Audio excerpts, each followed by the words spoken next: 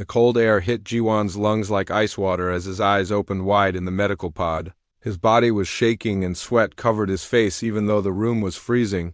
The last thing he could remember was floating in space with no air watching. The stars get smaller and smaller as he died, but now he was alive and breathing and his heart was beating so fast it hurt Dr. Soman stood next to his bed with worry in her dark eyes. She was a small woman with gentle hands that moved quickly. As she checked the machines around him, her voice was soft when she spoke, but Jiwan could hear fear hiding behind her calm words. "We're dead for 6 minutes," she said while looking at a screen full of numbers. "We found you floating near the mining station. Your body had no heat left and your heart had stopped completely, but somehow we brought you back." Jiwan tried to sit up, but his muscles felt like water. Everything in his body hurt in a way that went deeper than broken bones or cuts. It was like someone had taken his soul apart and put it back together wrong. When he finally managed to speak, his voice came out like broken glass. "What happened to my team?" he asked, even though part of him already knew the answer. Dr. Soman looked down at her hands. "There was an accident in the mines," Commander Yunwoo said. "You got separated when the tunnel collapsed. He and the others barely made it out alive. They searched for you for hours, but the toxic gas was too thick." Jiwan closed his eyes and saw it all again, the dark tunnels under Titan 5, where they had gone to collect rare crystals, the way Hyunwoo had smiled at him just before pressing the button that made the charges explode early, the look on his friend's face as the tunnel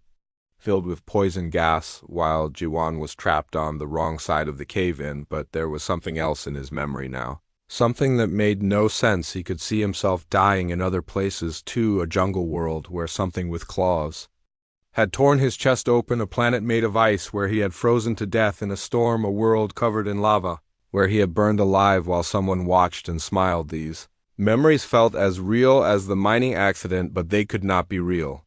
He had never been to those places, he had never died those deaths, but the pain felt true, and the fear felt true, and the faces of the people who had killed him felt true. "Too, are you feeling any pain?" Dr. Soman asked while checking his pulse. "Everything hurts," he said, but did not tell her about the strange memories. A smart man learns when to keep quiet, and Jiwan had always been smart. She gave him something for the pain and told him to rest, but Jiwan could not sleep. His body felt different now, like it was stronger and faster than before. When he moved his hand to pick up a cup of water, he moved too quickly and almost broke it. When he tried to remember what had happened in the mines, every detail was perfect and clear. The door to his room opened and Commander Hyunwoo walked in. Hyunwoo was a big man with broad shoulders and kind eyes that had always made Jiwan feel safe. He had been Jiwan's friend for 3 years. They had served together on 5 different worlds and saved each other's lives more times than they could count. "Jiwan, my friend," Hyunwoo said with tears in his eyes, "I thought we had lost you forever. When the tunnel collapsed, I tried everything to reach you, but the gas was too thick and the rocks were too heavy. I am so sorry." Jiwan looked at his friend's face and saw concern and guilt and relief all mixed together. It was a perfect performance. If Jiwan had not died and remembered dying, he would have believed every word. But now he could see the tiny signs that something was wrong. The way Hyunwoo's left eye twitched when he lied, the way his smile never reached his eyes, the way his hands stayed too still when he should have been nervous. "I remember the cave-in," Jiwan said carefully. "I remember the gas and the rocks falling, but I do not remember much else. My head still feels strange." "That is normal after what you went through," Hyunwoo said quickly. "The doctors say your brain was without air for too long. It may take time for all your memories to come back." But Jiwan's memories were coming back perfectly, all of them, including memories that should not exist. He remembered Hyunwoo killing him on a world called Zarian 3, where the trees were purple and the sky was green. He remembered Hyunwoo pushing him into lava on Vulcan Prime while wearing a different face. He remembered dying 23 times, and every single time Hyunwoo had been there watching or helping or doing the killing himself. The strange part was that Hyunwoo looked different. In some of those memories, sometimes his eyes were blue instead of brown, sometimes his face was longer or his hair was darker, but it was always him somehow, always the same person, wearing different shapes like clothes. "We have new orders," Hyunwoo said while pretending to read from his tablet. "The brass wants us to investigate some old ruins on Frostheim. It should be easy work, nothing dangerous. Just mapping and taking pictures for Shime." Jiwan repeated and felt ice in his stomach. He had died On Frostheim too, in a place made of crystal and metal where things that were not human had done terrible things to his mind before killing his body. When do we leave? Jiwon asked. 3 days. Hyunwoo said, you need time to get your strength back. The medical team wants to run more tests to make sure you're really okay. After Hyunwoo left, Jiwon lay in his bed and tried to understand what was happening to him. The memories felt real, but they could not be real. People do not die 23 times. And remember, people do not live the same life over and over with different endings unless something very strange and very wrong was happening. He thought about the other deaths, the jungle world where he had been stabbed, the ice world where he had frozen, the lava world where he had burned. Each time there had been pain and fear, and the moment when everything went dark. Each time he had trusted the wrong person. Each time that person had been Hyunwook. Somin came back to check on him and found him staring at the ceiling with wide eyes. Are you having trouble sleeping? She asked. I keep having strange dreams, he said. Dreams about places I have never been and things that never happened. That is normal too, she said gently. Your brain is trying to make sense of what happened to you. Sometimes it creates false memories to fill in the gaps. But these were not false memories. Jiwon knew that somehow, even if he could not explain how, he knew they were real memories of real deaths, and the man he had trusted most in the universe had killed him over and over again. The question now was what Jiwon was going to do about it. He could tell Dr. Somin or Captain Nari or someone else in command, but who would believe him? And what if some of them were working with Hyunwoo? What if this was bigger than just one man killing one soldier over and over? No. Jiwon decided he would keep quiet for now. He would pretend to be the same trusting fool he had always been. He would go to Frostheim with Hyunwoo and the others, but this time he would be ready. This time he would not. This time he would get answers. As he finally fell asleep, Jiwon dreamed of crystal tunnels and alien machines and something that looked like Hyunwoo but was not. Hyunwoo standing over his body and smiling with too many teeth. When he woke up, he was not afraid anymore. He was angry, and anger was much more useful than fear. The transport ship landed on Frostheim with a sound like breaking glass. The whole planet was covered in ice that never melted and wind that never stopped blowing. Jiwon stood at the window watching the white wasteland outside and remembering how he had died here before. In his memories he could see the crystal caves deep under the ice where something terrible lived. Commander Hyunwoo walked up behind him looking exactly like the friend Jiwon had trusted for years. His smile was warm and his eyes were kind, but Jiwon could see the lie now, like looking through dirty glass. Everything about Hyunwoo was perfect except for the small things that were wrong.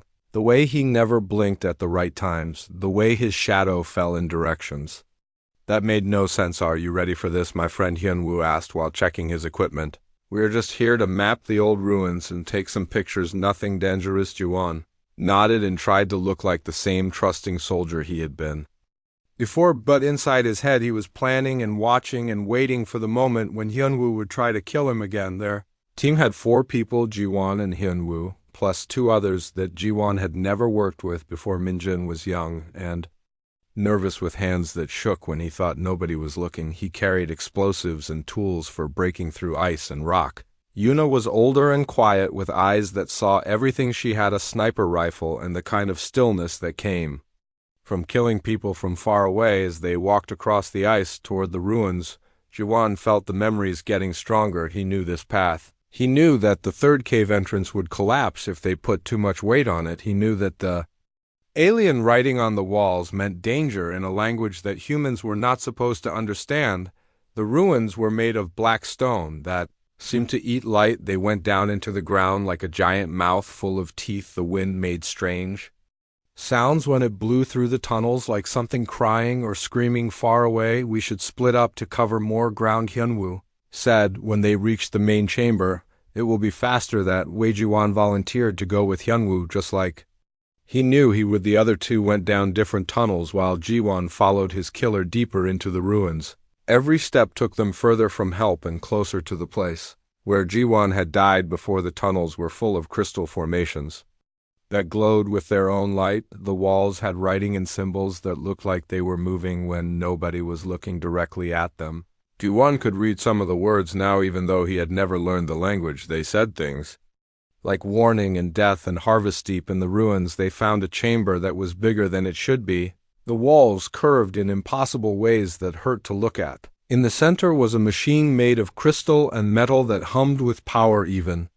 Though it looked older than the planet itself, "This is it," Hyunwoo said, and his voice sounded different now, like he was talking with someone else's mouth. Jawan turned around slowly and saw that his friend was changing. Hyunwoo's face was still the same, but his eyes were now completely black. His skin was turning gray and something was moving under it like worms crawling through his veins. "What are you?" Ji-won asked, even though part of him already knew. "We are the network," Hyunwoo said with a voice that came from everywhere at once. "We have been feeding on your species for longer than your civilization has existed.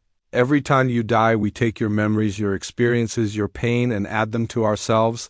The thing that looked like Hyunwoo smiled, and its teeth were too sharp. "We chose you because you were perfect. A soldier who went to dangerous places, a man who trusted his friends, a mind that could experience death over and over without breaking, but something went wrong with the last harvest. You kept your memories when you should have forgotten them." Jawan backed away from the creature, but there was nowhere to go. The chamber had only one entrance, and the alien machine was humming louder, now filling the air with energy that made his skin crawl. "You have been useful to us," the creature said. "Your deaths have fed us well. 23 times you have died, and 23 times we have grown stronger. But now you are broken. You remember things you should not remember. You are a threat to the network." The creature that wore Hyunwoo's face began to change more. Its arms grew longer, and its fingers turned into claws. Its back split open, and things like spider legs came out covered in slime and moving parts. Ji-won could see the real Hyunwoo trapped inside the creature's chest, his eyes wide with terror and his mouth open in a silent scream. But this time Ji-won was ready. He had spent 3 days studying the alien writing in the medical computers. He had learned how to read the symbols that covered the walls of this chamber, and he knew exactly what the crystal machine was for. Instead of running away, Ji-won ran toward the machine. The creature chased him with inhuman speed, but Ji-won was faster now. His body had been changed by all the deaths, and he could move in ways that should not be possible. He reached the machine just as the creature's claws cut through the air where his head had been. The machine was a trap designed to catch and hold minds that tried to escape from the network. Ji-won grabbed the crystal controls and felt electricity run through his body like fire, but he did not let go. Instead, he used his stolen knowledge of alien technology to reverse the machine's purpose. The creature screamed as the machine turned its power against the network. Instead of trapping Ji-won's mind, it began pulling the alien consciousness out of Hyunwoo's body. The spider legs dissolved, and the gray skin turned pink again. The creature fought and thrashed, but it could not escape the crystal prison it had used to torture so many others. When it was over, Hyunwoo collapsed on the ground, unconscious but breathing. His face was his own again, and his eyes were brown instead of black. Ji-won knelt beside his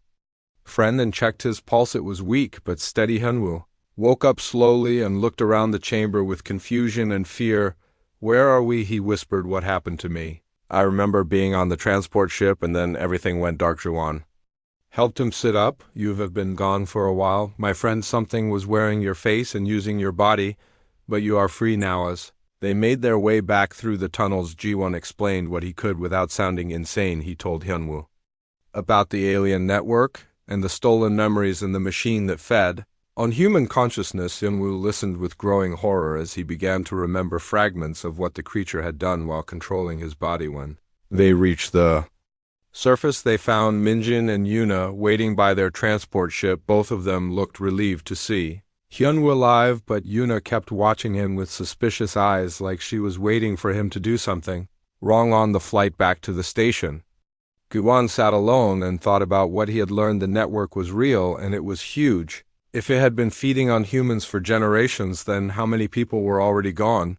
How many friends and family members were really alien creatures wearing human faces? He looked at his hands and wondered what other changes the deaths had made to his body. He was stronger now and faster, and he could understand alien languages that no human should know. But was he still human, or had the network changed him into something else? The worst part was knowing that this was just the beginning. One creature on one planet was nothing compared to what was coming. The network had plans that went beyond just feeding on human memories. It wanted something bigger and more terrible. As the transport ship flew through space toward the station, Jiwan made a promise to himself. He would find the rest of the network and he would stop them, no matter how many times he had to die, no matter what he had to become. The aliens had made a mistake when they let him keep his memories. Now he would use those memories to destroy them.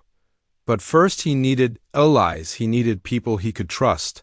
And in a universe where anyone could be an alien wearing a human face, trust was the most dangerous thing of all. The space station felt different when they returned. Everyone moved too quickly and spoke in whispers. Jiwan could sense fear in the air like smoke from a fire he could not see the attack on. Frostheim had sent ripples through the alien network. And now something big was waking up. Captain Nari called them to her office as soon as their ship docked. She was a tough woman with gray hair and scars on her hands from years of fighting. She had commanded the station for 10 years and everyone respected her, but when Jiwan looked at her eyes, he felt cold inside.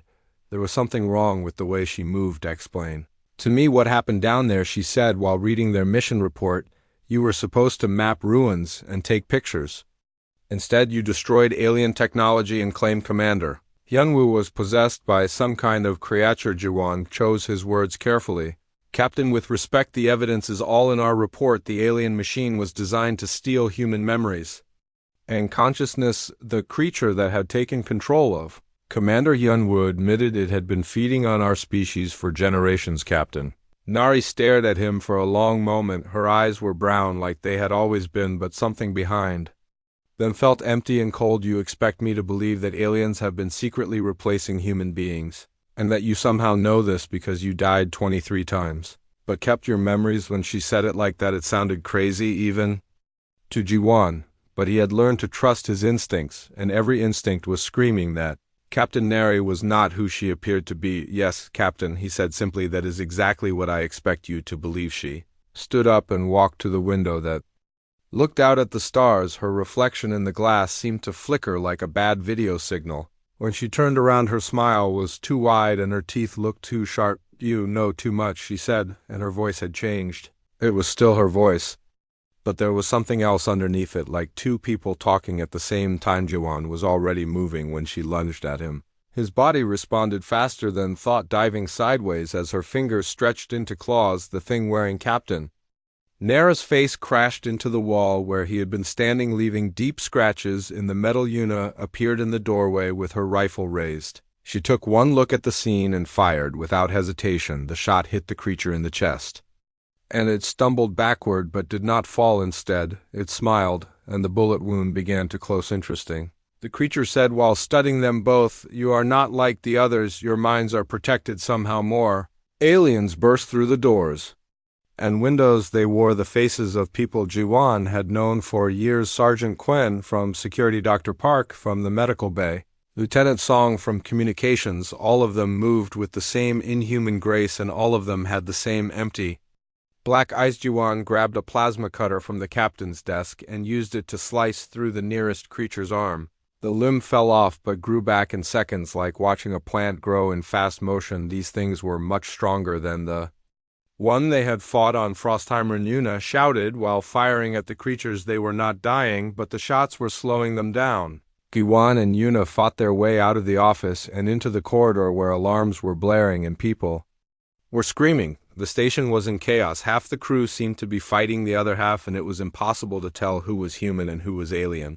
Jiwan saw Dr. Soman hiding in a storage room and pulled her out. She was shaking with fear, but her eyes were still human. We need to get to the shuttle bay, he told her. These things have taken over the station. How many of them are there, she asked, while they ran through corridors filled with smoke and flashing lights. Jiwan thought about all the people he had seen with empty eyes and felt sick. Too many. We need to warn the colonies. The network is not just on this station, it is everywhere. They reached the shuttle bay to find Hyunwoo and Minjin already there preparing a ship for emergency launch. Hyunwoo looked pale and weak, but he was moving normally and his eyes were still brown.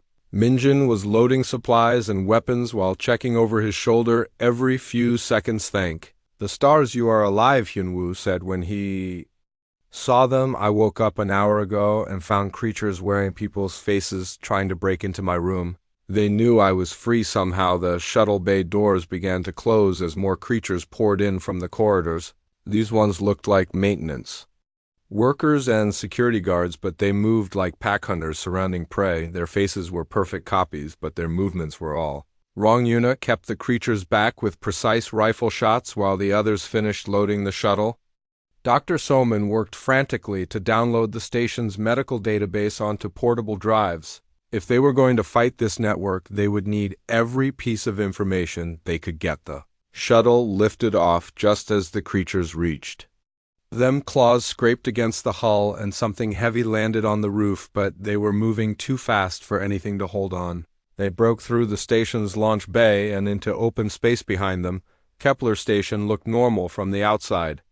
Its lights were on and ships were coming and going like nothing had happened, but Jiwon knew that everyone left on that station was either dead or no longer human. Where do we go now? Minjin asked while piloting them away from the station. We cannot trust anyone. We do not know how far this network reaches. Dr. Soman looked up from her computer screens. I have been analyzing the data from Frostheim and comparing it to medical records from across human space. The pattern is clear. People have been disappearing or acting strangely on dozens of worlds over the past 5 years, but it is not random. The network is targeting specific individuals, leaders, scientists, military officers, people with access to important information. Jiwon felt pieces of a huge puzzle clicking together in his mind. The network was not just feeding on human consciousness, it was preparing for something. The creatures had mentioned plans and harvests and convergence. They are getting ready for war, he said quietly. Not just against humanity, but against every free species in the galaxy. They want to turn us all into extensions of their collective mind. The shuttle flew through hyperspace toward the outer colonies while Jiwon explained what he remembered from his 23 deaths. Each time he had died, the network had grown a little stronger. Each stolen mind had given them more knowledge, more power, more ability to hide among their enemies. But there was something else in those memories, something that gave him hope. The network was old and vast and powerful, but it was also slow to adapt. It had been using the same methods for millions of years, and it did not understand concepts like individual choice or personal sacrifice. We need allies, Jiwon said while looking at the star charts. Somewhere out there are other species that have fought this network before. If we can find them, maybe we can learn how to fight back. Dr. Soman pulled up a file on her screen. I have been monitoring deep space communications. There have been strange signals coming from the edge of known space patterns that do not match any human or known alien technology. As their shuttle flew deeper into space, Jiwon felt the weight of responsibility settling on his shoulders. The network had made him remember 23 deaths, thinking it would make him weak and broken. Instead, it had given him the knowledge and determination to fight back. The war for humanity's future had already begun. Most people just did not know it yet, but Jiwon knew, and that made all the difference. He had died 23 times and lived to remember it now. It was time to make sure the network remembered what it felt like to lose. 3 months had passed since they escaped Kepler Station, and Jiwon's small team had become ghosts living in the spaces between stars. They used abandoned mining facilities and forgotten research stations as temporary bases, always moving before the network could find them. Each day brought new evidence of how far the alien infection had spread on the jungle world of Verdania. Jiwon crouched in thick vegetation watching a patrol of human Marines march through the purple trees. Their leader was Sergeant Dongho, a good man Jiwon had served with on 2 previous missions, but the memories from his deaths told him that Dongho had been killed 3 weeks ago on a moon base near Jupiter. The creature wearing Dongho's face moved wrong. Its steps were too precise, and its head turned at angles that would hurt a real human neck. When it spoke to the other Marines, its voice had the right accent and the right mannerisms, but there was something empty underneath, like listening to a recording behind. Jiwon. Yuna lay flat with her sniper rifle aimed at the fake Dongho. She had gotten very good at spotting the replaced humans over the past months. The real ones moved with small imperfections and unconscious habits. The fake ones were always trying too hard to be perfect. The target is confirmed, she whispered into her comm unit. Same movement patterns as the others on Frostheim and Kepler Station. Jian nodded and activated his plasma knife. The weapon hummed with energy as he prepared to move These rescue missions were always dangerous. The network learned from each encounter, and the creatures were getting harder to kill. He dropped from the tree branch onto the fake Dongho and drove his knife deep into the creature's spine. There was no blood, just gray fluid that smelled like burning plastic. The creature spun around with inhuman speed, but Jiwan was ready. He had fought this same entity before in the crystal caves of his memories. The other Marines raised their weapons but hesitated when they saw their sergeant's face changing, the gray skin and black eyes and the things that looked like wires growing out of its mouth. The creature tried to speak but only made clicking sounds like broken machinery. Kill at one of the Marines shouted, "These are the body snatchers we were warned about." The real Marines opened fire while Jiwan rolled away from the dying creature. It thrashed and screamed in voices that belonged to all the people it had killed over the years.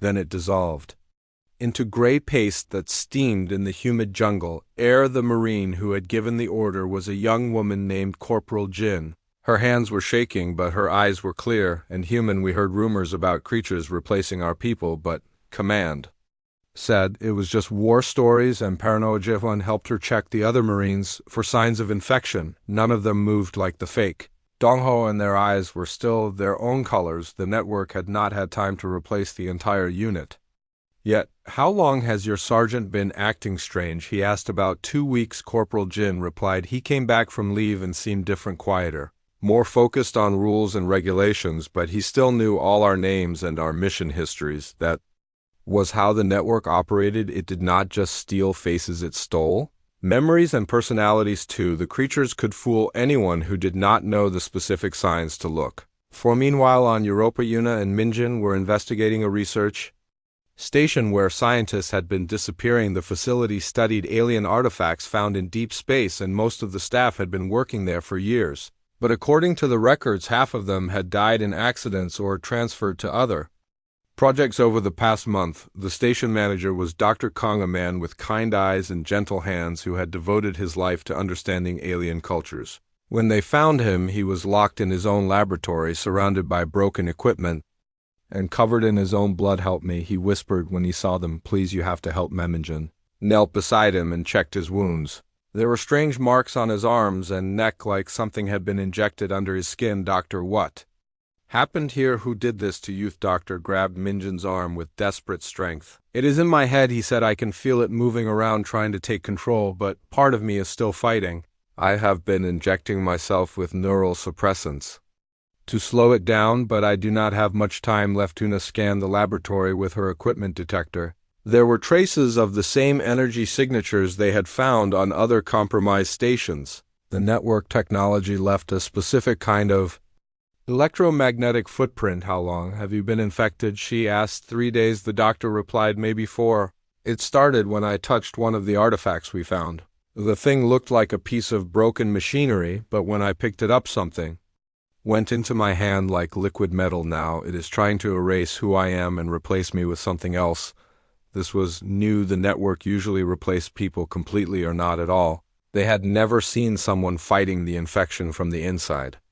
Dr. Kong was resisting the takeover somehow, and that gave Jiwan an idea. Back on their hidden base, Dr. Soman studied samples of Dr. Kong's blood under a microscope. What she found made her hands shake with excitement. The network organisms were there, but they were damaged and incomplete, like a computer virus that had been partially deleted. "It is possible," she said while showing the results to Jiwan. "The network implants in his brain are malfunctioning. They are trying to overwrite his personality, but his natural neural patterns are fighting back. If we could find a way to amplify that resistance." She had been working on a way to reverse the replacement process using modified versions of the alien neural interfaces they had salvaged the technology from Frostheim and several other network sites, but testing it was dangerous. One mistake could destroy a person's mind. Kompalili Hyunwoo volunteered for the first experimental treatment, even though he was still recovering from his own ordeal. The procedure involved connecting his brain directly to a modified alien machine, while Dr. Soman tried to extract any network memories that might still be trapped in his neural pathways. The process was agony. Hyunwoo screamed and convulsed while alien images flooded his mind, but when it was over he was still himself, and he carried fragments of the network's Collective memory, the knowledge was incomplete and painful, but it was enough. I know where they come from, he said.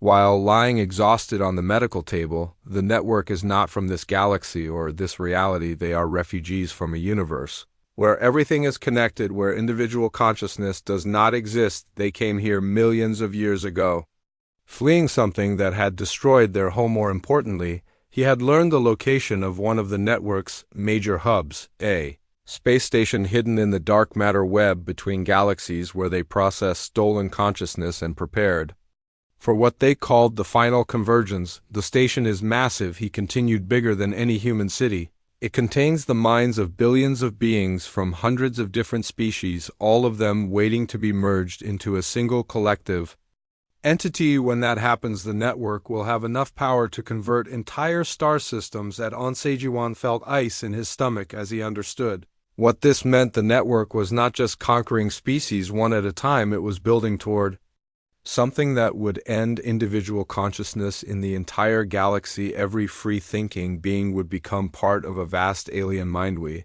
need to warn the colonies, he said, and prepare for war, but first we need allies. The network has been fighting this kind of war for millions of years. We need help from someone who has survived their attacks before. Dr. Soman pulled up star charts showing deep space signals she had been monitoring for months. The patterns were becoming clearer, and some of them seemed to be responses to human distress calls. I think we have been receiving messages, she said, from other species that are fighting the network, species we thought were extinct. But maybe they are just hidden like we. Areas their ship prepared to leave the safety of their base and venture into the unknown regions of space. Jiwan thought about all the people who were counting on them without knowing it. Every human being in the galaxy, every alien species that still valued freedom. They were all at risk if the final convergence succeeded. The network had given him the memories of 23 deaths, thinking it would make him easier to control. Instead, it had created their greatest enemy, someone who knew their methods and their weaknesses, someone who had seen their plans from the inside. Now, it was time to use that knowledge to build an alliance that could fight back. The network had conquered countless species over millions of years, but they had never faced anything like humanity before. Humans did not give up, they did not surrender. And when they were pushed to the edge, they became more dangerous than any enemy could imagine. The network was about to learn that lesson the hard way. The coordinates to the network's central hub burned in Jiwan's memory like a brand on his soul, but reaching it would require resources they did not have. Their small ship could barely make it to the next star system, let alone travel between galaxies. They needed allies, and they needed them fast. Admiral Taeyun had been Captain Nara's friend for 20 years. They had served together in the Outer Rim Wars and saved each other's lives more times than anyone could count. If there was one person in the human military they could trust, it was him. The meeting took place on a neutral station orbiting Mars, far from any major shipping lanes. Admiral Taeyun arrived alone as requested, but something felt wrong the moment he walked into the conference room. His smile was perfect and his uniform was spotless, and he moved with exactly the right amount of military bearing, but Jiwan's stolen memories were screaming warnings. The way the Admiral held his shoulders was too straight, the way he breathed was too controlled, even the way he blinked seemed artificial, like someone consciously remembering to do something that should be automatic. Admiral Jiwan said carefully while keeping his hands near his weapons, "We need to talk about a threat to human space, something bigger than anything we have faced before. Please sit," the Admiral replied while gesturing to chairs around a conference table. "I have read the reports about alien infiltrators and missing persons. It is a serious concern that requires immediate investigation." As they talked, Jiwan watched for the small signs that marked the replaced humans. The Admiral knew all the right facts and had all the right memories, but there were tiny gaps in his personality, little moments where he paused as if accessing information from somewhere else. The breakthrough came when Jiwan mentioned a private joke that only the real Admiral would understand, something that would never be in any official record. The fake Admiral smiled and responded perfectly, but his timing was wrong by half a second. It was a mistake no human would make, but exactly the kind of error a creature accessing stolen memories might commit. Jiwan exchanged glances with Yuna, who was pretending to study her datapad. She had noticed the same thing. The Admiral Sitting across from them was not human, and had probably not been human for months. Are not, Admiral Taeyun Ji-wan said while slowly reaching for his plasma knife. The creature dropped its pretense immediately. Its perfect military posture relaxed, and its kind eyes turned cold and empty. You are correct, it said in a voice that came from everywhere.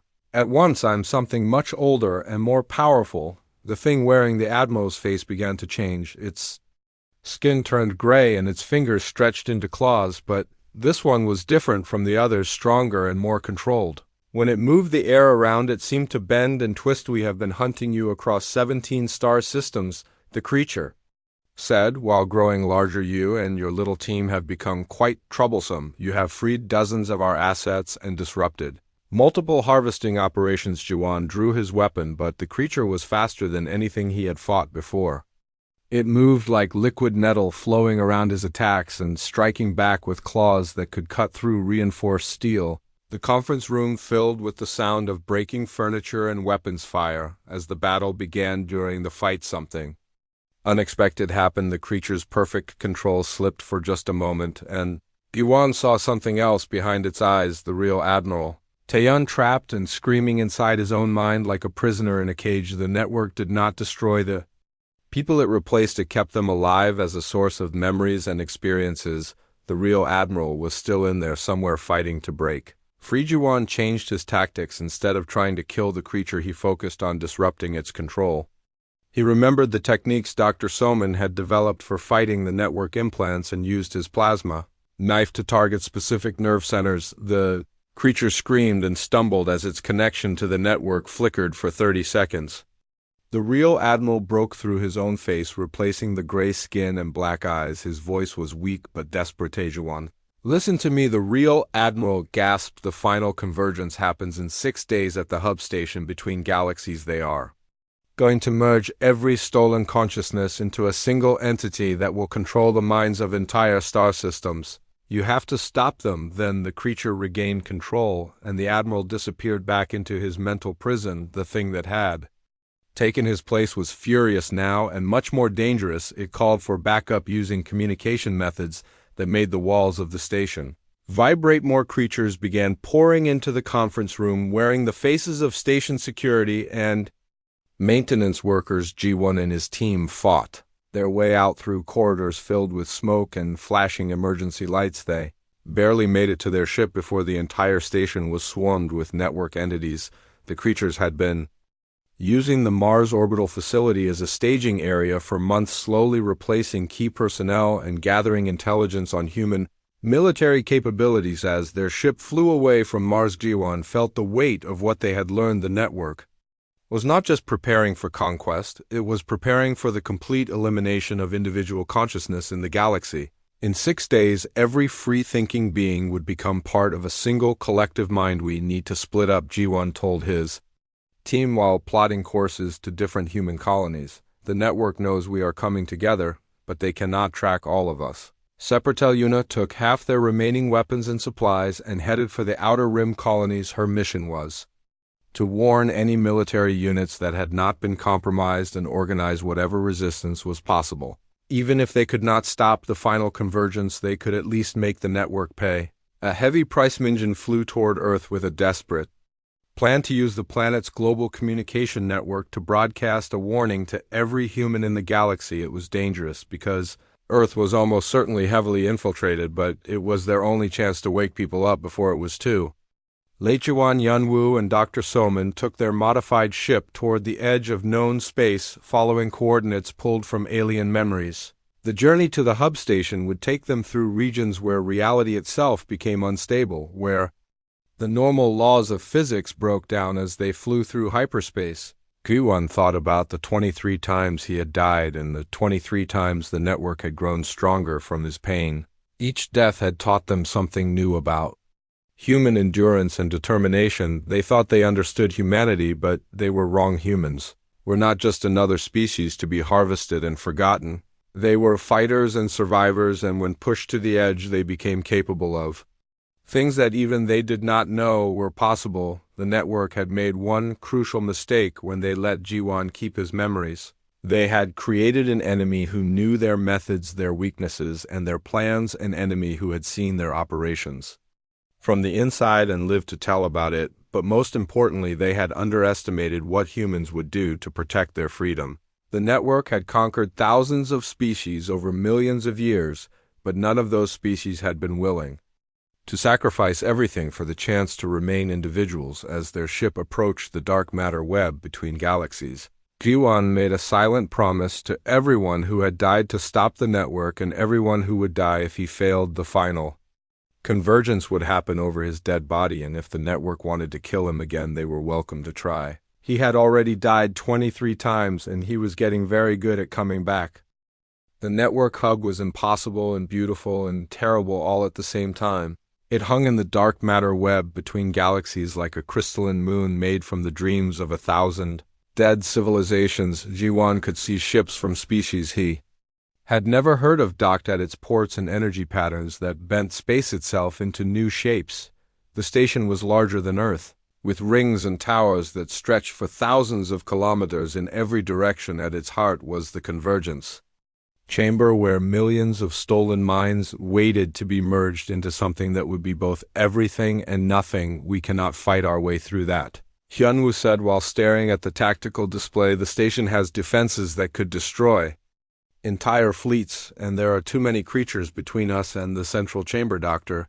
Somin looked up from her computer where she had been analyzing the station's energy signatures. I have been thinking about this wrong, she said. We do not need to destroy the station, we need to corrupt the convergence process itself. She explained her plan while their ship drifted closer to the massive structure. The network had spent millions of years perfecting the process of merging consciousness into a collective mind, but they had never encountered a mind like Jiwan's, one that had experienced death and resurrection 23 times. As if we can inject Jiwan's memories into the convergence process, it might act like a virus, she continued. Individual consciousness is based on concepts the network has never understood, things like personal choice and self-sacrifice and the willingness to die for others.